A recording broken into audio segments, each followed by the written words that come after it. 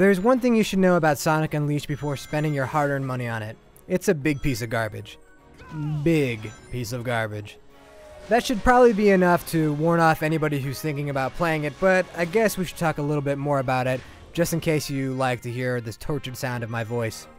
Indeed, it's games like this that make reviewers rethink their lives. Now, I have a theory when it comes to Sonic games.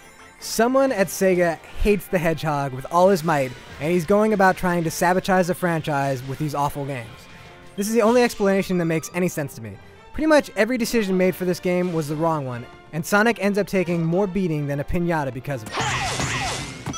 The gameplay in Sonic Unleashed is split up into 3 equal parts. There are daytime stages which are actually very good, there are nighttime stages which are actually complete rubbish, and then there's also the hub city where you do a lot of exploration stuff, and that's boring as can be. Now the daytime stages are actually pretty fun. It's fast platforming that is mostly on rails, and for a brief moment you might actually think to yourself, wow, this is what a current gen Sonic game should be. Of course your hopes will be brutally dashed later on, but never mind that for now. The daytime sections aren't perfect by any means. The jump button can be fatally unresponsive at times, and it's just a lot of trial and error gameplay that can get a little bit repetitive after a while.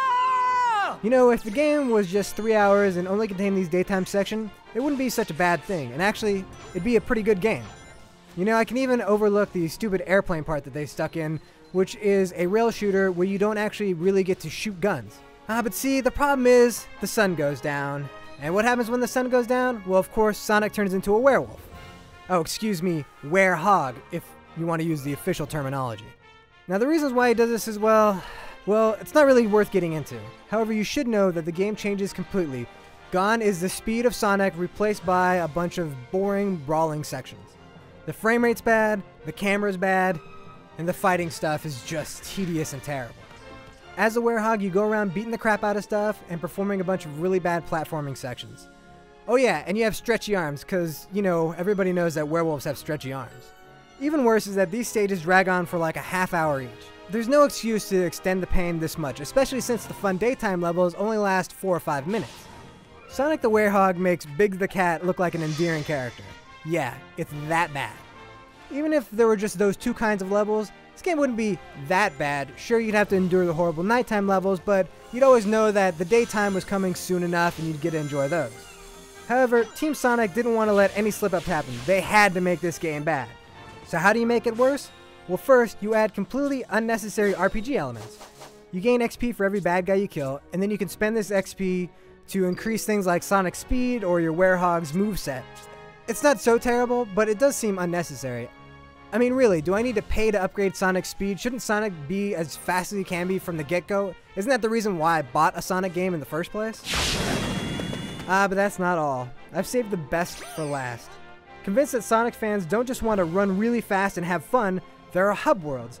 These terrible, terrible hub worlds are where you aimlessly walk around, talk to people for no reason, and collect coins to get to the next level. Oh, and you can cleanse people's souls by taking pictures of them. I'm not even joking about that.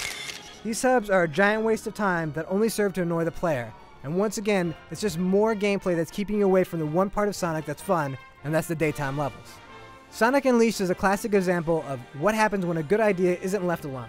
There's just too much fussing that's been done to this once good formula. It's kind of like having a group of 5-year-olds come up with ideas after giving them a bowl full of sugar. Sure, there are fun parts buried inside, but don't subject yourself to the pain.